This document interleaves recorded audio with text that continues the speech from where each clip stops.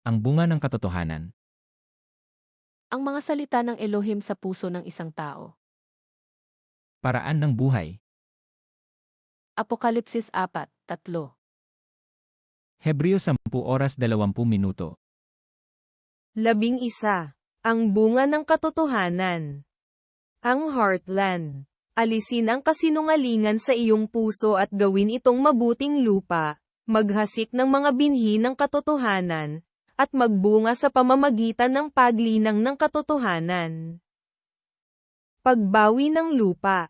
Hanapin ang kasinungalingan na sinasabi ng Biblia na itapon o huwag gawin, alisin ito sa iyong puso, at gawin itong matabang lupa. Pagtatanim ng mga binhi ng katotohanan. Hanapin ang katotohanan na sinasabi ng Biblia na panatilihin, at itanim ang binhi ng katotohanan sa pusong bukid na gawa sa matabang lupa, linangin ito at magbunga ng katotohanan. Ang bunga ng katotohanan. Ang bunga ng katotohanan. Proyek. 1. Proyek, itapon mo. 2. Proyek, wag na. 3. Proyek, panatilihin ito. 4. Proyek, gawin mo. IV. Proyek, gawin mo.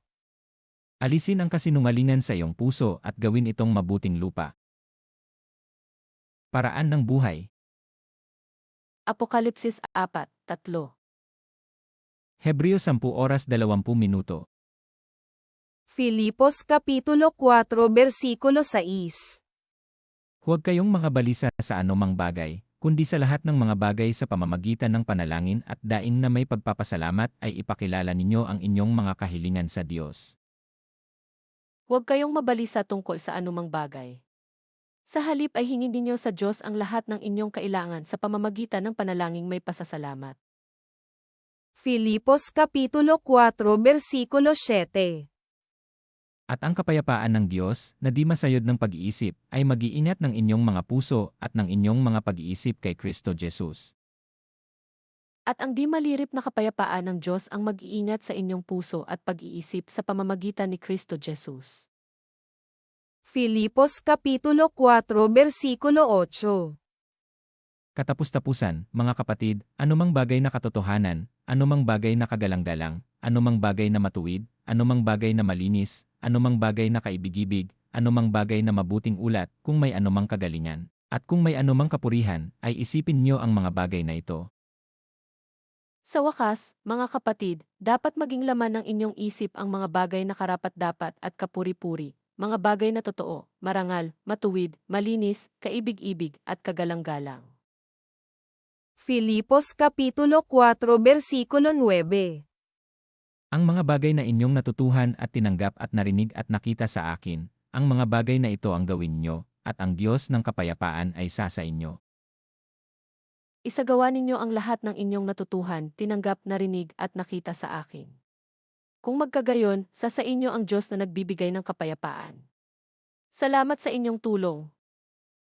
Filipos Kapitulo 4 Versikulo 20. Ngayon naway sumaating Diyos at Ama ang kaluwalhasyan magpakailanman. Siya nawa. Purihin ang ating Diyos at Ama magpakailanman. Amen. Pangwakas na pagbati. Kolosas Kapitulo 2 Versikulo 6. Kung paano nga na inyong tinanggap si Kristo Jesus na Panginoon, ay magsilakad kayong gayon sa Kanya. Yamang tinanggap ninyong Panginoon si Kristo Jesus, mamuhay kayo sa paraang karapat-dapat sa Kanya. Kolosas Kapitulo 2 Versikulo 7.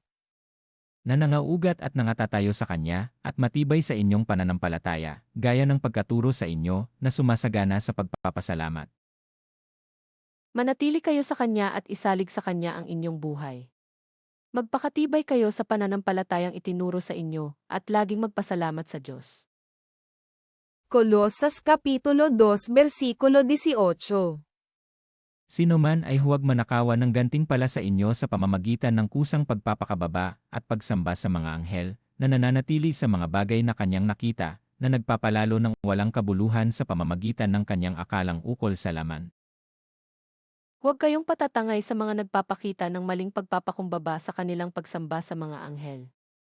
Ipinamamarali nilang sila ay nakahigit sa inyo dahil sa kanilang mga pangitain, ngunit ang totoo, nagyayabang lamang sila.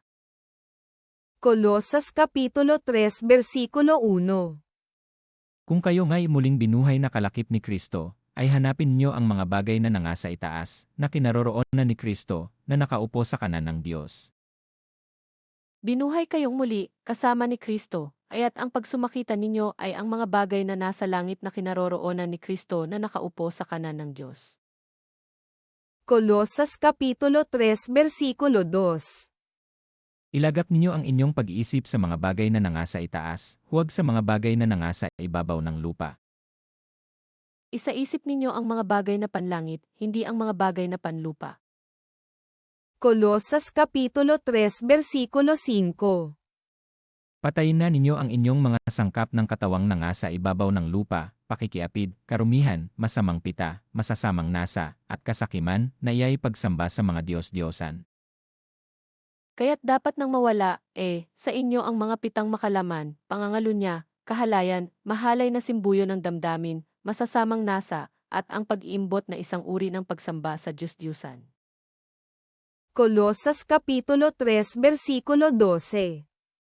Mangagbihis nga kayo gaya ng mga hinirang ng Diyos, na mga banal at minamahal, ng isang pusong mahabagin, ng kagandahang loob, ng kababaan, ng kaamuan, ng pagpapahinuhod.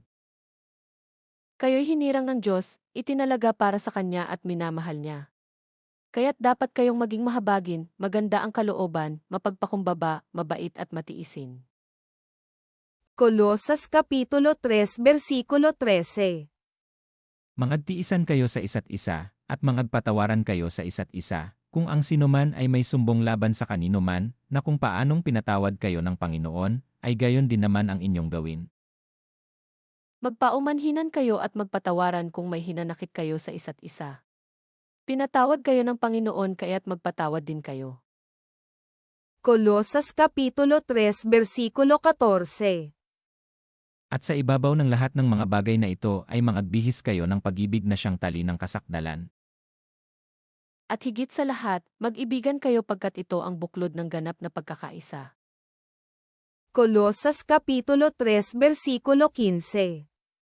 At maghari sa inyong puso ang kapayapaan ni Kristo, na diya'y tinawag din naman kayo sa isang katawan, at kayo'y maging mapagpasalamat. At paghariin ninyo sa inyong puso ang kapayapaang kaloob ni Kristo, sapagkat ito ang dahilan kaya kayo tinawag upang maging bahagi ng isang katawan. Magpasalamat kayong lagi. Colosas Kapitulo 3 Versikulo 16.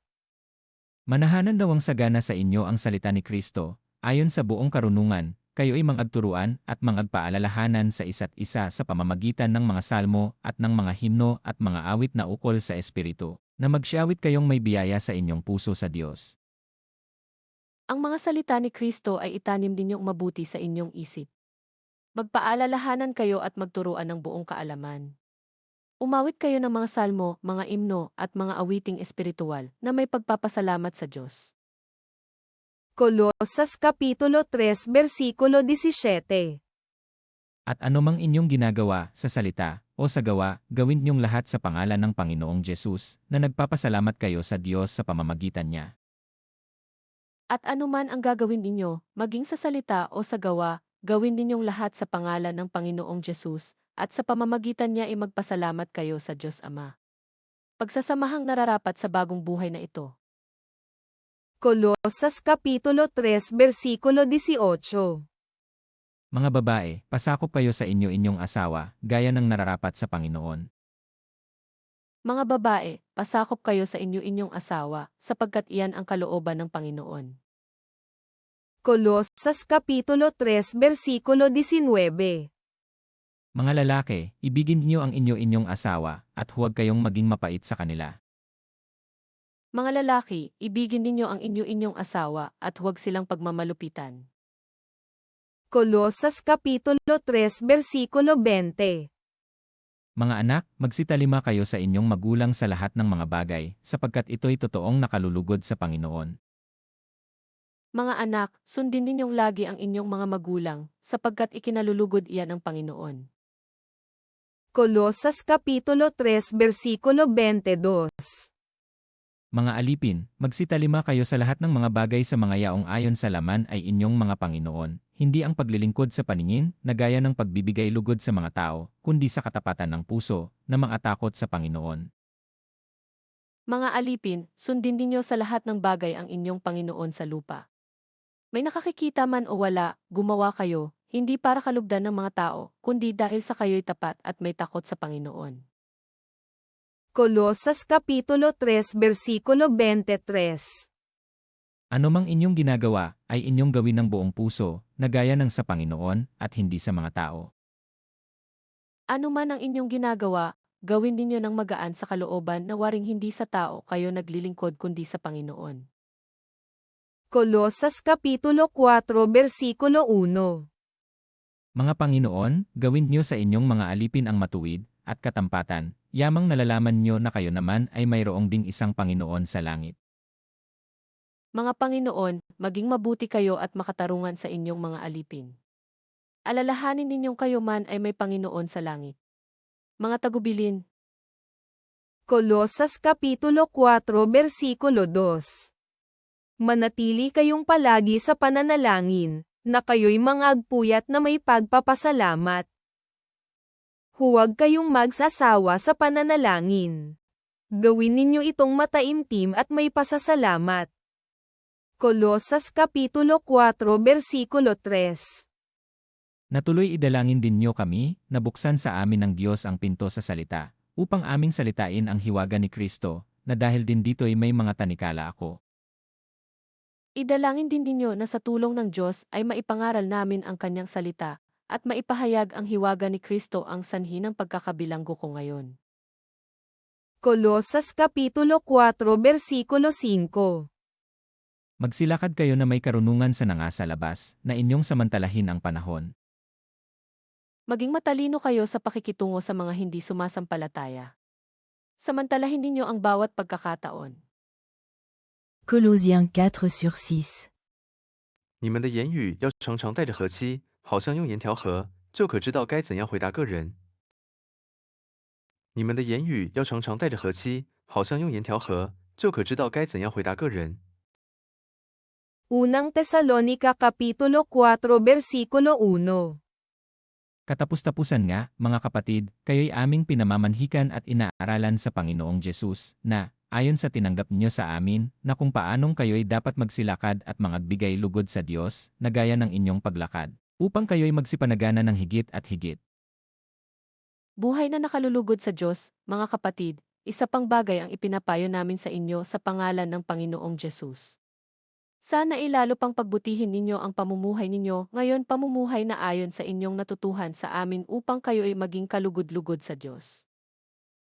Unang Tesalonika Kapitulo 4 Versikulo 4. Na ang bawat isa sa inyo'y makaalam na maging mapagpigil sa kanyang sariling katawan sa pagpapakabanal at kapurihan. Dapat maging banal at marangal ang layunin ng sinuman sa kanyang pag-aasawa. Unang Tesalonika Kapitulo 4 Versikulo 11. At pag-aralan niyong maging matahimik, at gawin ang inyong sariling gawain, at kayo'y mangagpagal ng inyong sariling mga kamay, na gaya ng aming ipinagbilin sa inyo. Pagsikapan ninyong mamuhay ng tahimik. Ang inyong harapin ay ang sarili ninyong gawain.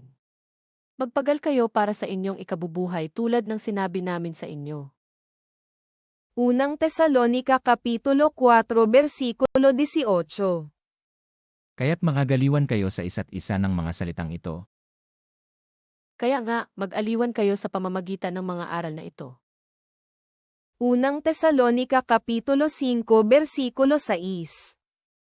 Huwag na tayong mga tulog, gaya ng mga iba, kundi tayo'y mangagpuyat at mangagpigil. Kaya nga, kailangang tayo'y manatiling gising, laging handa, at malinaw ang isip di tulad ng iba. Unang Tesalonika Kapitulo 5 Versikulo 8. Datapuat palibhasay mga anak tayo ng araw, mangagpigil tayo, na isuot ang baluti ng pananampalataya at ng pag-ibig, at ang maging turbante ay ang pag-asa ng kaligtasan. Hindi tayo dapat maglasing, yamang tayo'y sa panig ng araw. Gawin nating baluti ang pananampalataya at ang pag-ibig, at helmet ang pag-asa sa pagliligtas na gagawin sa atin ng Diyos. Unang Tesalonika Kapitulo 5 Versikulo 11. Dahil dito kayo'y mangagpangaralan at mangagpatibayan sa isa't isa sa inyo, gaya ng inyong ginagawa. Dahil dito, patuloy kayong magpaalalahanan at magtulungan, tulad ng ginagawa ninyo ngayon. Pangwakas na tagubilin at pagbati. Unang Tesalonika Kapitulo 5 Versikulo 12. Datapuat ipinamamanhik namin sa inyo, mga kapatid, na inyong kilalanin ang nangagpapagal sa inyo, at nangamumuno sa inyo sa Panginoon, at nangagpapaalaala sa inyo. Ipinamamanhik namin, mga kapatid, na igalang ninyo ang mga nagpapagal para sa inyo, ang mga pinili ng Diyos upang mamahala at magturo sa inyo. Unang Tesalonika Kapitulo 5 Versikulo 13. At inyong lubos na pakamahalin sila sa pag-ibig, dahil sa kanilang gawa. Magkaroon kayo ng kapayapaan. Pag-ukulan ninyo sila ng lubos na paggalang at pag-ibig dahil sa kanilang gawain. Magsama-sama kayong mapayapa. Unang Tesalonika Kapitulo 5 Versikulo 14. At aming ipinamamanhik sa inyo, mga kapatid, na inyong paalalahanan ang mga manggugulo, palakasin ang mga mahihinang loob, alalayan ang mga mahihina, at maging mapagpahinuhod kayo sa lahat. Ipinakikiusap namin, mga kapatid, na inyong paalalahanan ang mga tamad, pasiglahin ang mahihinang loob, at kalingain ang mga walang kaya. Pagtiyagaan ninyo silang lahat. Unang Tesalonika Kapitulo 5 Versikulo 15. Tignan niya ninyo na huwag gumanti ang sinuman ng masama sa masama, ngunit sundin niyong lagi ang mabuti, ang isa sa iba, at sa lahat. Huwag ninyong paghigantihan ang gumawa sa inyo ng masama, sa halip, magpatuloy kayo sa paggawa ng mabuti sa isa't isa at sa lahat. Unang Tesalonika Kapitulo 5 Versikulo 16. Mangagalak kayong lagi. Magalak kayong lagi. Unang Tesalonika Kapitulo 5 Versikulo 17. Magsipanalangin kayong walang patid. Maging matyaga sa pananalangin. Unang Tesalonika Kapitulo 5 Versikulo 18. Sa lahat ng mga bagay ay magpasalamat kayo, sapagkat ito ang kalooban ng Diyos kay Kristo tungkol sa inyo. Ipagpasalamat ninyo sa pangalan ni Kristo Jesus ang lahat ng pangyayari, sapagkat yaon ang ibig ng Diyos. Unang Tesalonika Kapitulo 5 Versikulo 21. Subukin niyo ang lahat ng mga bagay, ingatan niyo ang mabuti. Suriin ninyo ang lahat ng bagay at pulutin ang mabuti. Unang Tesalonika Kapitulo 5 Versikulo 25. Mga kapatid, idalangin niyo kami. Ipanalangin din ninyo kami, mga kapatid. Ikalawang Tesalonika Kapitulo 3 Versikulo 1. Katapus-tapusan, mga kapatid, ay inyong idalangin kami, upang ang salita ng Panginoon ay lumaganap at luwalhatiin nawa na gaya rin naman sa inyo. Ipanalangin ninyo kami, sa wakas, mga kapatid, ipanalangin ninyo kami upang ang salita ng Panginoon ay mabilis na lumaganap sa lahat ng dako at dakilain ng lahat tulad ng ginawa ninyo. Ikalawang Tesalonika Kapitulo 3 Versikulo 2. At upang kami ay mangaligtas sa mga taong walang katuwiran at masasama, sapagkat hindi lahat ay mayroong pananampalataya.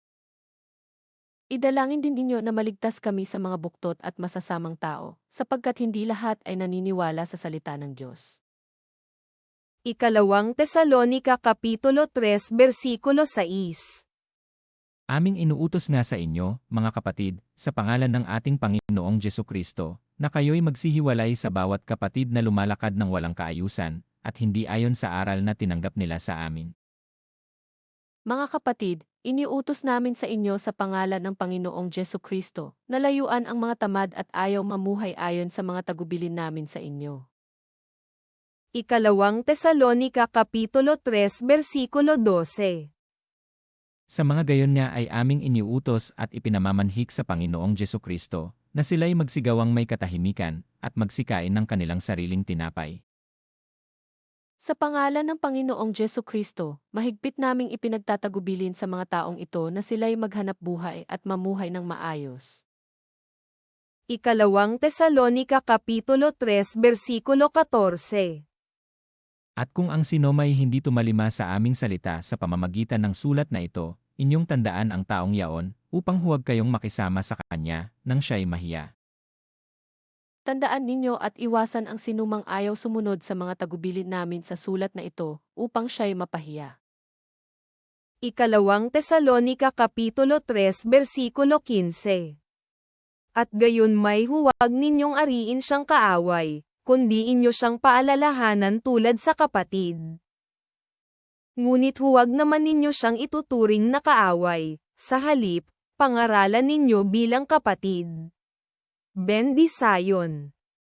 Unang Timoteo Kapitulo 1 Versikulo 18. Ang biling ito ay ipinagtatagubilin ko sa iyo, Timoteo na aking anak, ayon sa mga hula na nangauna tungkol sa iyo, upang sa pamamagitan ng mga ito ay makipagbaka ka ng mabuting pakikipagbaka.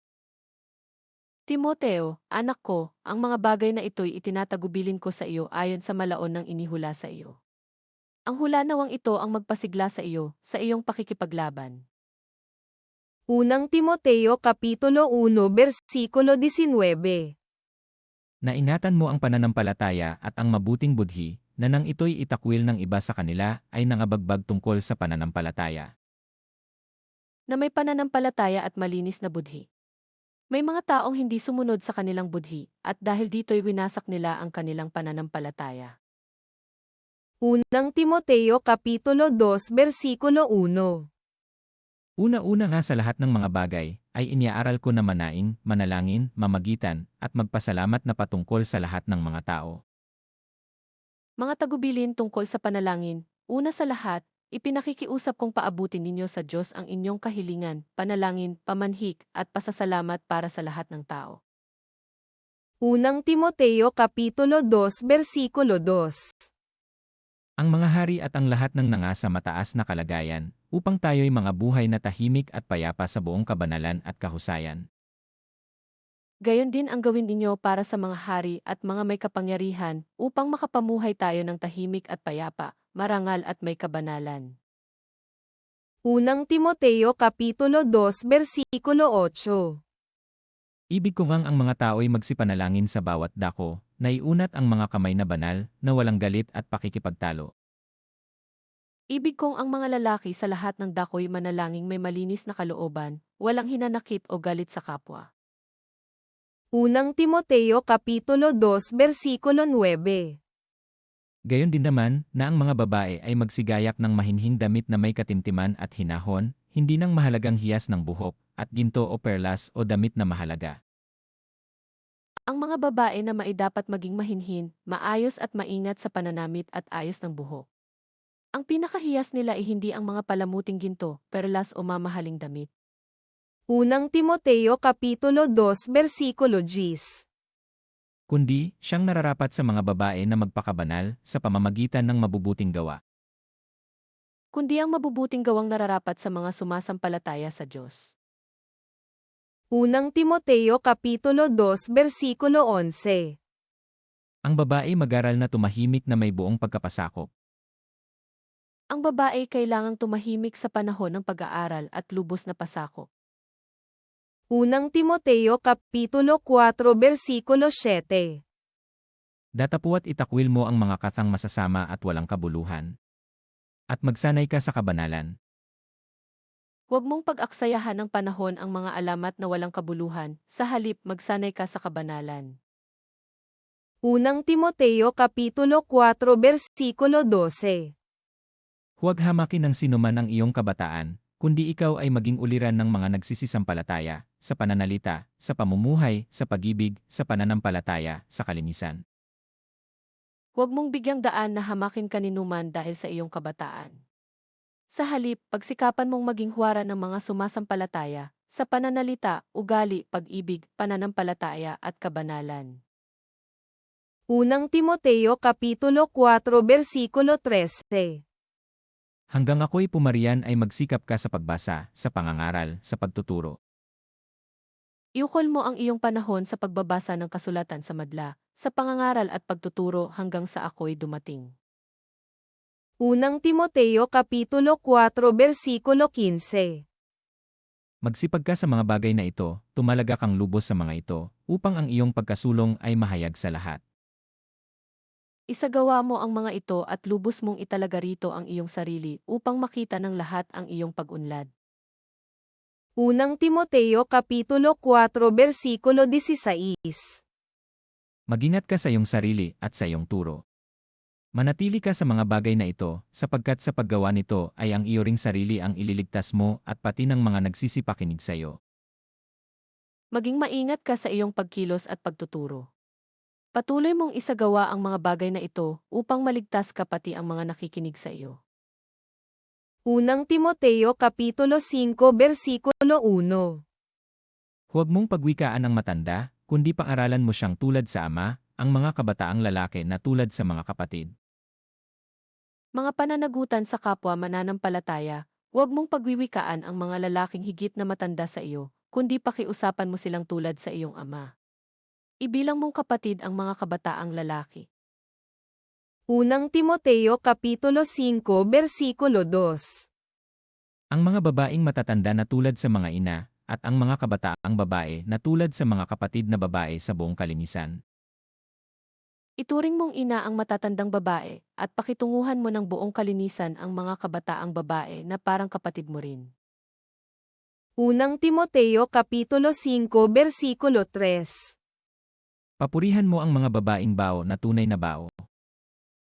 Igalang mo tulungan ang mga babaeng balo na walang ibang maaasahan sa buhay. Unang Timoteo Kapitulo 5 Versikulo 4.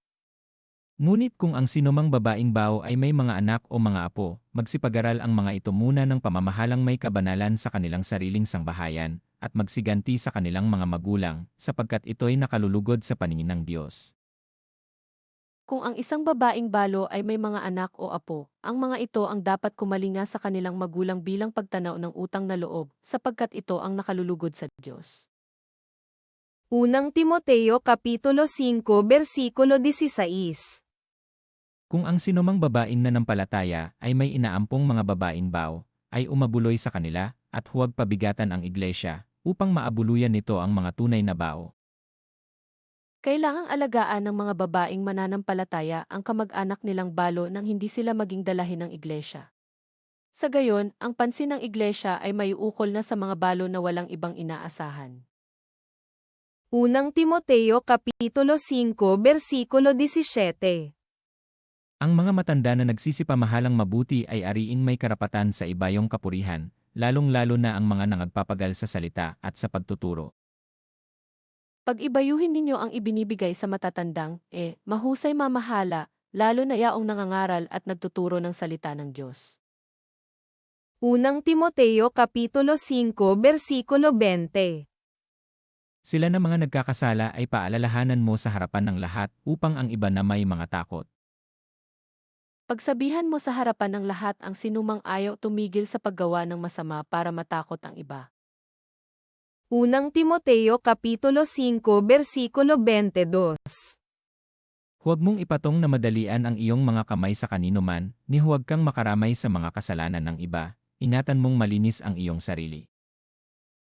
Huwag mong ipapatong agad ang iyong kamay sa sinuman upang bigyan ito ng kapangyarihang mamahala. Ingatan mong huwag masangkot sa kasalanan ng iba. Manatili kang walang dungis. Unang Timoteo Kapitulo 6 Versikulo 1.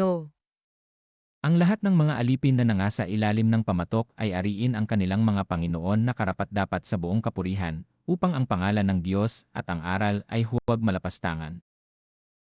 Dapat igalang ng mga alipin ang kanilang Panginoon para walang masabi laban sa pangalan ng Diyos at sa ating aral. Unang Timoteo Kapitulo 6 Versikulo 2. At ang mga may Panginoong nagsisisampalataya, ay huwag mayamot sa kanila, sapagkat sila'y pawang magkakapatid, kundi bagkus paglingkuran nila silang mabuti, sapagkat nagsisipanampalataya at mga minamahal ang mga nagsisitanggap ng kapakinabangan. Iyong ituro at iaral ang mga bagay na ito. Hindi dapat hamakin ng mga alipin ang kanilang Panginoon dahil sa sila'y magkapatid sa pananampalataya. Dapat pa nga nilang pagbutihin ang paglilingkod sapagkat ang pinaglilingkuran nila ay kaisa sa pananampalataya at pag-ibig. Ang pakikipagtalo at ang pag-ibig sa salapi, ituro mo't ipatupad ang mga bagay na ito. Unang Timoteo Kapitulo 6 Versikulo 12. Makipagbaka ka ng mabuting pakikipagbaka ng pananampalataya, manangan ka sa buhay na walang hanggan, na dito'y tinawag ka, at ipinahayag mo ang mabuting pagpapahayag sa harapan ng maraming mga saksi. Gawin mo ang buo mong makakaya sa pakikibaka-alang-alang sa pananampalataya, at kakamtan mo ang buhay na walang hanggan, yamang diyan ka tinawag ng Diyos nang ipahayag mo sa harapan ng maraming saksi ang iyong pananampalataya. Unang Timoteo Kapitulo 6 Versikulo 17. Ang mayayaman sa sanglibutang ito, ay pagbilinan mo na huwag magsipagmataas ng pag-iisip, at huwag umasa sa mga kayamanang di nananatili, kundi sa Diyos na siyang nagbibigay sa ating sagana ng lahat ng mga bagay upang ating ikadala. Sabihin mo sa mayayaman na huwag magmataas, huwag silang umasa sa kayamanang di mananatili, kundi sa Diyos na masaganang nagkakaloob ng lahat ng bagay sa ating ikasisiya. Unang Timoteo Kapitulo 6 Versikulo 18. Na sila'y magsigawa ng mabuti, na sila'y magsyaman sa mabuting gawa, na sila'y maging handa sa pamimigay, maibigin sa pamamahagi. Turuan mo silang gumawa ng mabuti, magpakayaman sa mabubuting gawa, maging bukas ang palad at matulungin sa kapwa. Unang Timoteo Kapitulo 6 Versikulo 20. O Timoteo, ingatan mo ang ipinagkatiwala sa iyo, na ilagan mo ang mga usapan na walang kabuluhan at ang mga pagsalungat ng maling tawag na kaalaman. Timoteo, pakaingatan mo ang ipinagkatiwala sa iyo. Iwasan mo ang mga usapang di nakalulugod sa Diyos at ang pangangatwiran ng lisyang karunungan. Ikalawang Timoteo Kapitulo 1 Versikulo 8. Huwag mo ngang ikahiya ang pagpapatotoo sa ating Panginoon, ni ako na bilanggo niya, kundi magtiis ka ng mga kahirapan dahil sa Ebanghelyo ayon sa kapangyarihan ng Diyos. Kaya't huwag mong ikahihiya ang pagpapatotoo tungkol sa Panginoon o ang aking pagkabilanggo dahil sa Kanya. Sa halip, makihati ka sa kahirapan dahil sa mabuting balita, sa tulong ng Diyos. Ikalawang Timoteo Kapitulo 2 Versikulo 2. At ang mga bagay na iyong narinig sa akin sa gitna ng maraming saksi, ay siya mo ring ipagkatiwala sa mga taong tapat, na makapagtuturo naman sa mga iba. Ang mga narinig mo sa akin sa harapan ng maraming saksi, ay ituro mo sa mga taong mapagkakatiwala ang magturo naman sa iba. Ikalawang Timoteo Kapitulo 2 Versikulo 7. Isipin mo ang sinasabi ko, sapagkat bibigyan ka ng Panginoon ng pagkaunawa sa lahat ng mga bagay. Dilidilihin mong mabuti ang sinasabi ko sa iyo at ipaunawa sa iyo ng Diyos ang lahat ng ito. Ikalawang Timoteo Kapitulo 2 Versikulo 8. Alalahanin mo si Jesucristo na muling nabuhay sa mga patay, sa binhi ni David, ayon sa aking Ebanghelyo. Alalahanin mo si Jesucristo, ang nagmula sa angkan ni David at ang muling nabuhay. Ito ang mabuting balitang ipinangangaral ko. Ikalawang Timoteo Kapitulo 2 Versikulo 14. Ipaalaala mo sa kanila ang mga bagay na ito, na sila'y pagbilinan sa paningin ng Panginoon, na sila'y huwag makipagtalo tungkol sa mga salitaan na hindi mapapakinabangan sa ikapapahamak ng mga nakikinig. Ipaalaala mo sa kanila ang mga bagay na ito at pagbilinan mo sila, sa ngalan ng Diyos, na huwag magtalo-talo ng walang kabuluhan. Walang ibubungang mabuti ang ganitong pagtatalo, manapay kapahamakan ng nakikinig. Ikalawang Timoteo Kapitulo 2 Versikulo 15. Pagsikapan mong humarap na subok sa Diyos, manggagawang walang anumang ikahihiya, na gumagamit na matuwid ng salita ng katotohanan. Pagsikapan mong maging karapat-dapat sa Diyos, manggagawang walang dapat ikahiya at tapat na nagtuturo ng katotohanan. Ikalawang Timoteo Kapitulo 2 Versikulo 22. Datapuat layuan mo ang masasamang pita ng kabinataan, at sundin mo ang kabanalan, ang pananampalataya, ang pag-ibig, ang kapayapaan, kasama ng mga nagsisitawag sa Panginoon mula sa pusong malinis. Kaya nga, iwasan mo ang masasamang hilig ng kabataan. Pagsikapan mong maging makatarungan, tapat at mapagmahal. At mamuhay ka ng payapa, kasama ng mga taong may malilinis na puso at tumatawag sa Panginoon. Ikalawang Timoteo Kapitulo 2 Versikulo 24. At ang alipin ng Panginoon ay hindi nararapat na makipagtalo, kundi maamo sa lahat, sapat na makapagturo, matiisin. Hindi dapat makipag-away ang lingkod ng Diyos, sa halip, dapat siyang maging mabuti sa pakikitungo sa lahat, mahusay at matyagang guro. Ikalawang Timoteo Kapitulo 2 Versikulo 25. Nasawaing may kaamuan ang mga nagsisisalangsang, baka sakaling sila'y pagkalooban ng Diyos ng pagsisisi sa ikaalam ng katotohanan. Mahinahon niyang ituwid ang mga sumasalungat sa Kanya, baka sakaling sa ganitong para ay bigyan sila ng Diyos ng pagkakataong magsisit tumalikod sa kanilang mga kasalanan at malaman ang katotohanan. Ikalawang Timoteo Kapitulo 4 Versikulo 2. Ipangaral mo ang salita, magsikap ka sa kapanahunan, at sa di kapanahunan, sumawata ka, sumaway ka, mangaral ka na may buong pagpapahinuhod at pagtuturo. Ipangaral mo ang salita ng Diyos, napapanahon man o hindi, hikayatin mo, pagsabihan, at patatagin ang loob ng mga tao sa pamamagitan ng matyagang pagtuturo. Ikalawang Timoteo Kapitulo 4 Versikulo 5. Ngunit ikaw ay magpigil sa lahat ng mga bagay, magtiis ka ng mga kahirapan, gawin mo ang gawa ng evangelista, ganapin mo ang iyong ministeryo. Kaya, maging mapagpigil ka sa lahat ng oras. Pagtiisan mo ang mga kahirapang dumarating sa iyo. Gampanan mo ang tungkulin ng isang mangangaral ng mabuting balita. Tupdin mo ang iyong mga tungkulin bilang tagapaglingkod ng Diyos. Tito Kapitulo 1 Versikulo 8. Kundi mapagpatuloy, maibigin sa mabuti, mahinahon ang pag-iisip, matuwid, banal, mapagpigil. Bukas ang tahanan, maibigin sa kabutihan, may sariling bait, tapat makitungo sa kapwa, masunurin sa Diyos, at marunong magpigil sa sarili. Tito Kapitulo 2 Versikulo 2. Na ang matatandang lalaki ay maging mapagpigil, mahusay, mahinahon ang pag-iisip, magagaling sa pananampalataya, sa pag-ibig, sa pagtitiis. Sabihin mo sa matatandang lalaki na sila'y maging mahinahon, marangal, matimpi, matatag sa pananampalataya at pag-ibig, at matyaga. Tito Kapitulo 2 Versikulo 3. Na gayon din ang matatandang babae ay maging magalang sa kanilang kilos, hindi palabintangin ni paalipin man sa maraming alak, mga guro ng kabutihan. Sa matatandang babae naman sabihin mong sila'y mamuhay ng maayos, huwag maninirang puri at huwag mahilig sa alak, magturo sila ng mabuti.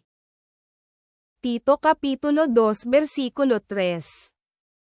Upang kanilang maturuan ang mga babaeng may kabataan na magsiibig sa kanikanyang asawa, magsiibig sa kanilang mga anak, mangagpakahinahon. Upang maakay nila ang mga kabataang babae na magmahal sa sariling asawa at mga anak. Tito Kapitulo 2 Versikulo 5.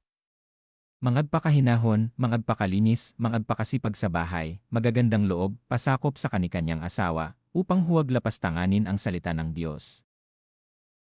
Ang mga babaeng ito'y kailangan din nilang turuang maging mahinahon, malinis ang isipan, masipag, mabait, at masunurin sa kanilang asawa upang walang masabi laban sa salita ng Diyos.